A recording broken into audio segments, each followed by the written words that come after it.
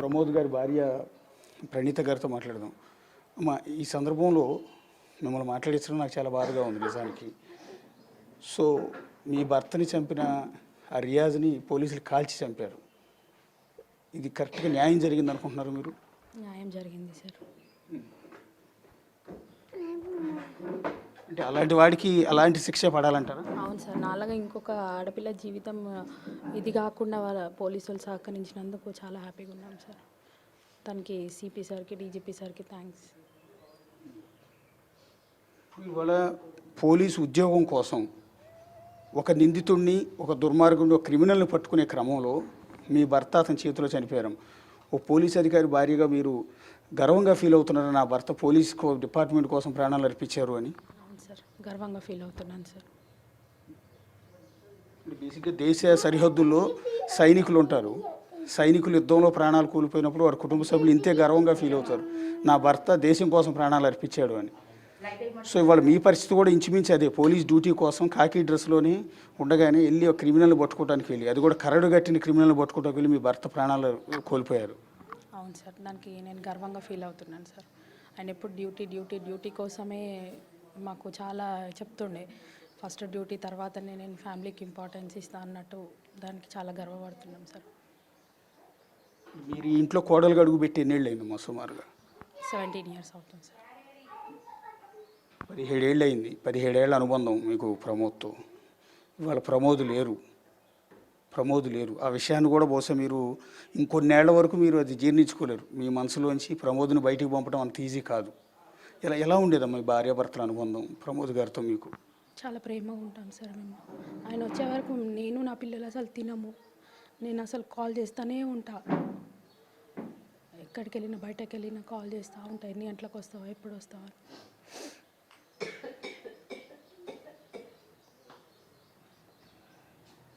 కానీ 10 minutesలో వస్తా అని చెప్పి అసలు మొత్తానికి రాకుండా పోయిండు.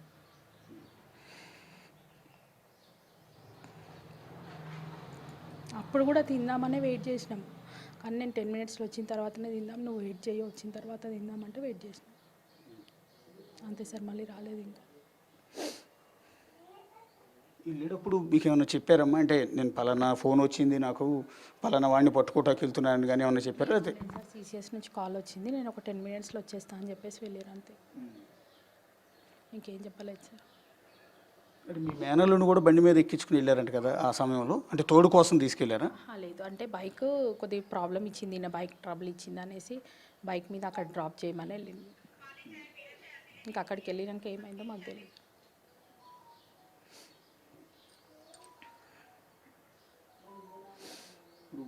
ఇప్పుడు ఆ రియాజ్ అనేవాడిని పోలీసులు హాస్పిటల్లోనే కాల్చి చంపారు. అది వినగానే ఏమనిపించిందమ్మా మీకు? చనిపోయినా నా భర్త అయితే రాడు సార్, కానీ నా భర్తకైతే న్యాయం జరిగింది సార్. ఆయన చంపిన హంతకుడిని మాత్రం ఎన్కౌంటర్ చేసినందుకు చాలా సంతోషం సార్. డీజీపీ సార్కి, సిపి సార్కి థ్యాంక్ యూ సార్. అంటే మీరు ఫస్ట్ మీ భర్తని ఆయన పొడిచి చంపేసాడన్న విషయం మీకు తెలిసి ఉంటుంది కదా. తెలుసున్నప్పుడు అలాంటి ఈడియట్ని, అలాంటి క్రిమినల్ని మీకు చెప్పుతో కొట్టాలనిపించలే మొట్టమొదట వీళ్ళు చంపకముందు? కొట్టాలనిపించింది సార్, కానీ ఇట్లాంటివన్నీ వదిలొద్దు సార్. డ్యూటీకి వెళ్ళేటప్పుడు పోలీసులకు కూడా కొద్దిగా రక్షణ ఏదైనా కల్పించాలి సార్. అంటే ప్రజలకు రక్షణ కల్పించేదే పోలీసులు, చివరికి పోలీసులకి రక్షణ లేకుండా పోతుంది ఇలాంటి క్రిమినల్స్ వల్ల. మీ భర్త క్రిమినల్స్ని పట్టుకోగలిగిన సామర్థ్యం ఉంది, సత్తా ఉంది, అన్నీ ఉన్నాయి. కాబట్టి అతను పారిపోతున్నా కూడా వెంటాడాడు, పట్టుకున్నాడు, బైక్ మీద ఎక్కించుకుని తీసుకొస్తున్నప్పుడు అతని జేబులో కత్తి ఉందన్న విషయం అతను చూసుకోలేకపోయారు. అంటే బహుశా క్రిమినల్ దగ్గర ఏముంటాయో మనకు తెలియదు కదా.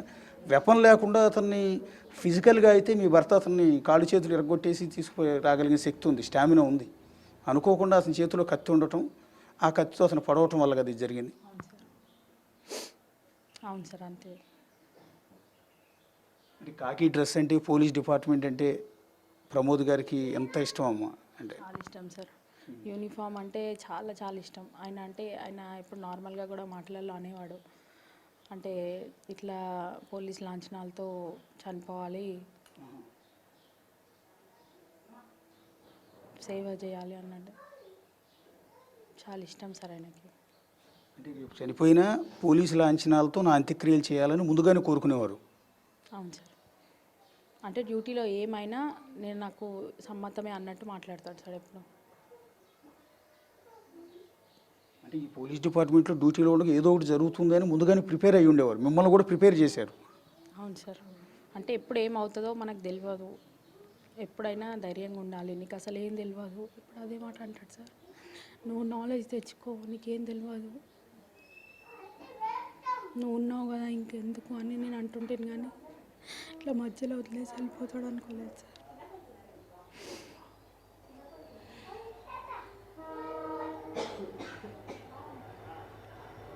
ఇప్పుడు మీ చిన్నబాబు ఉన్నారు కదండి, చిన్నబాబుకి ఏదో హెల్త్ ప్రాబ్లం, నెల నెల చాలా ఖర్చు పెట్టి ఇంజక్షన్ అవి చేయించేవారు అని చెప్తున్నారు. ఏంటమ్మా ప్రాబ్లం?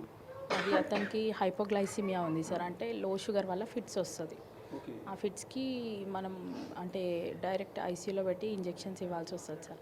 దానికి 50,000 to 60,000 అంటే అప్పుడప్పుడు 1,00,000 వరకు కూడా అవుతుంది సార్. ఓకే.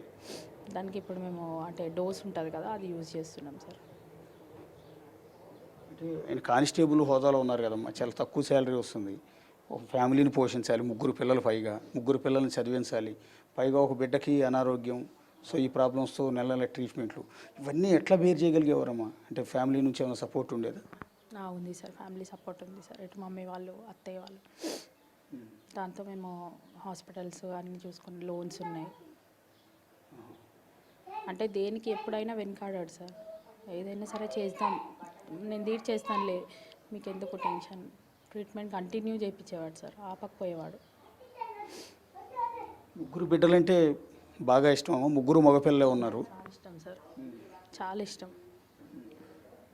పిల్లలు అంటే ఇప్పుడు ఏదైనా పిల్లలు అడిగితే నేనన్నా ఇంకా వెనకాడతా, కానీ ఆయన వెనకాడాడు. అంటే 3 మగపిల్లలే ఉన్నారు కదా, ఇప్పుడు ఆడపిల్ల ఉంటే బాగుండేదని ఎప్పుడన్నా అనేవారండి? అంటే బేసిక్గా మగపిల్లలు ఉన్న ఇంట్లో ఆడపిల్ల కావాలని కోరుకుంటూ ఉంటారు. అట్లా ప్రమోద్ గారు ఎప్పుడన్నా? యాక్చువల్గా చిన్న బాబు ఆడపిల్ల కోసమనే చూసినాము, కాకపోతే బాబు. అంటే ప్రమోద్ గారు చాలా పవర్ఫుల్ కాబట్టి ఆయన్ని లా అండ్ ఆర్డర్లో కాకుండా సీసీఎస్లో పెట్టారమ్మా. ఇలాంటి పెద్ద పెద్ద కరడు కట్టిన క్రిమినల్స్ని, తప్పుడు పనులు చేసే వెధవలందరినీ వేటాడటానికి సీసీఎస్ అనేది ఏర్పాటు చేసి ఆయన సిపి గారు ఇందులో పెట్టారమ్మా. సో అది లా అండ్ ఆర్డర్లో ఉండుంటే బహుశా ఇంత కష్టం ఉండేది కాదేమో. అవును సార్. ట్రాఫిక్ నుంచి 4 months అవుతుంది సార్ బోధన్కి ట్రాన్స్ఫర్ అయ్యి. బోధన్లో ఒక 1 month చేసిండ్రు. అయితే ఈ బాబుకి మధ్యలో కొద్ది ప్రాబ్లం అయ్యి అక్కడి నుంచి ఇక్కడికి రావడము అట్లా నైట్ పూట ఇబ్బంది అయ్యేది సార్, అందుకని సీసీఎస్కి వెళ్ళింది సార్. అంటే పోలీస్ డిపార్ట్మెంట్లో నాకు ఫలానా వాళ్ళు బాగా ఇష్టమను, ఫలానా ఇన్స్పిరేషన్ అను అని ఎవరి గురించి అన్న చెప్పేవారమ్మా? పోలీస్ డిపార్ట్మెంటు మిమ్మల్ని ఇమీడియట్గా డీజీపీ గారు రియాక్ట్ అయ్యారు, శివధర్ రెడ్డి గారు, అలాగే ఐజీ గారు రియాక్ట్ అయ్యారు, ఇతర పోలీస్ అధికారులు, సీఎం రేవంత్ రెడ్డి గారు మొత్తం రియాక్ట్ అయ్యారు. మీకు అన్ని విధాలు అండాదండగా ఉంటున్నారు. సో మీకు భూమి ఇస్తామన్నారు, ₹1 కోటి పరిహారం ఇస్తామన్నారు, ఇతర కొన్ని బెనిఫిట్స్ కూడా ఇస్తామంటున్నారు, ఉద్యోగం కూడా ఇస్తామంటున్నారు. ఏమన్నా మీకు డీజీపీ గారు కానీ రేవంత్ రెడ్డి గారు కానీ ఏమన్నా ధన్యవాదాలు చెప్తారా? అవును సార్, ధన్యవాదాలు చెప్తాం సార్ మా కుటుంబాన్ని ఆదుకున్నందుకు. తెలంగాణ గవర్నమెంట్కి, డీజీపీ సార్కి, సిపి సార్కి, సీఎం సార్కి.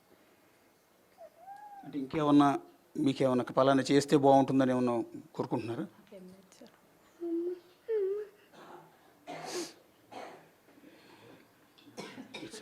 చాలా బాధలో ఉన్నారమ్మా మీరు. ఈ సమయంలో మిమ్మల్ని మాట్లాడించింది ఎందుకంటే మీరు ఒక డ్యూటీ కోసం ప్రాణాలు అర్పించిన ఒక పోలీస్ కానిస్టేబుల్గా మిమ్మల్ని చూసి అందరూ గర్వపడుతూ ఉన్నారు, కానిస్టేబుల్ భార్యగా.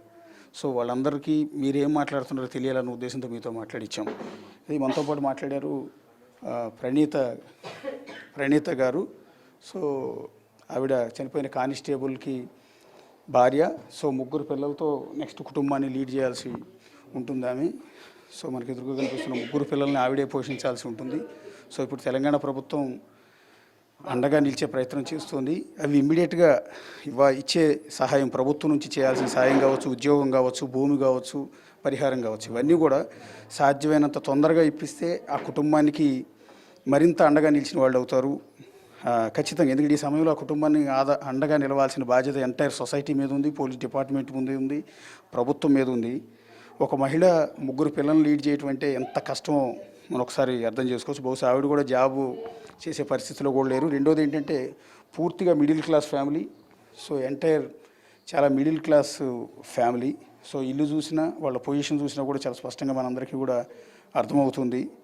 సో అలాంటి కుటుంబం 3 పిల్లల్ని లీడ్ చేయాలి అంటే చాలా కష్టమైన పరిస్థితి. ఒకవైపు బాధను దిగమింగుకుంటూ ఇక నుంచి భర్త లేడు, ప్రమోద్ లేడు అన్న బాధని దిగమింగుకుంటూ పిల్లల కోసం ఆవిడ బతకాలి, పిల్లల పోషణ కోసం ఆవిడ బతకాల్సి ఉంటుంది. ఈ సమయంలో ప్రభుత్వం నుంచి సహకారం ఇమ్మీడియట్గా కావాలి, తక్షణం చేయాల్సిన అవసరం ఉంది. ఇప్పటికే డీజీపీ శివధర్ రెడ్డి గారు చాలా ఫాస్ట్గా రియాక్ట్ అవుతున్నారు, అన్ని విధాలు ఆదుకుంటామని ఇప్పటికే ప్రామిస్ కూడా చేశారు.